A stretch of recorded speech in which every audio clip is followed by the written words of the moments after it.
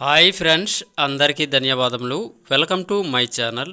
మధ్యంతర బడ్జెట్ నిధులకు సంబంధించి ఒక తాజా సమాచారం అయితే మనకి న్యూస్ అనేది రావడం జరిగింది.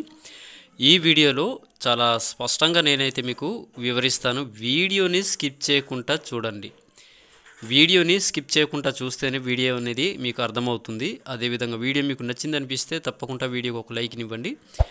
ఇలాంటి లేటెస్ట్ అప్డేట్స్ మీరు పొందడం కోసం ఛానల్ని సబ్స్క్రైబ్ చేసుకుని పక్కనుండే బెల్ సింబల్ క్లిక్ చేసి ఆల్లో పెట్టుకుంటే నేను పోస్ట్ చేసే వీడియో వెంటనే మీ మొబైల్కి అనేది రావడం జరుగుతుంది. లేట్ చేయకుండా వీడియో అయితే స్టార్ట్ చేద్దాం. ఫిబ్రవరి 1వ తారీఖున రైతులకు మధ్యంతర బడ్జెట్ని రిలీజ్ చేస్తున్న గౌరవనీయులైన నరేంద్ర మోడీ గారు. సో ఫ్రెండ్స్, వీడియో అర్థమైంది అనేసి అనుకుంటున్నాను. అదేవిధంగా విషయాలైతే కొన్ని చూద్దాము.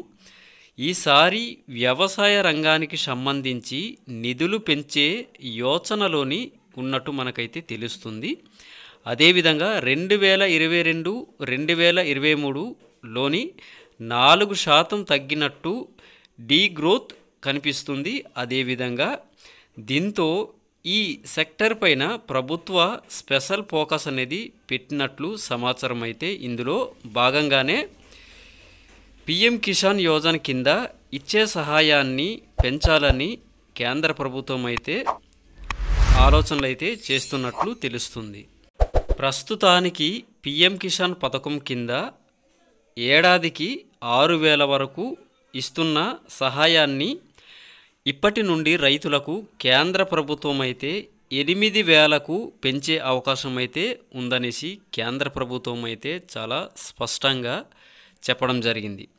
అదేవిధంగా పీఎం కిసాన్ డబ్బులను ఫిబ్రవరి 1వ తారీఖు నుండి ఈకేవైసీ కంప్లీట్ చేసుకున్న ప్రతి ఒక్క రైతులకు వారి యొక్క అకౌంట్స్కి అయితే పీఎం కిసాన్ 2,000 రూపాయలను ఫిబ్రవరి 1 నుండి నిధులనైతే కేంద్ర ప్రభుత్వం అయితే విడుదల చేస్తుంది. సో ఫ్రెండ్స్, ఇలాంటి మంచి మంచి అప్డేట్స్తో మళ్ళీ కలుద్దాం. Bye friends.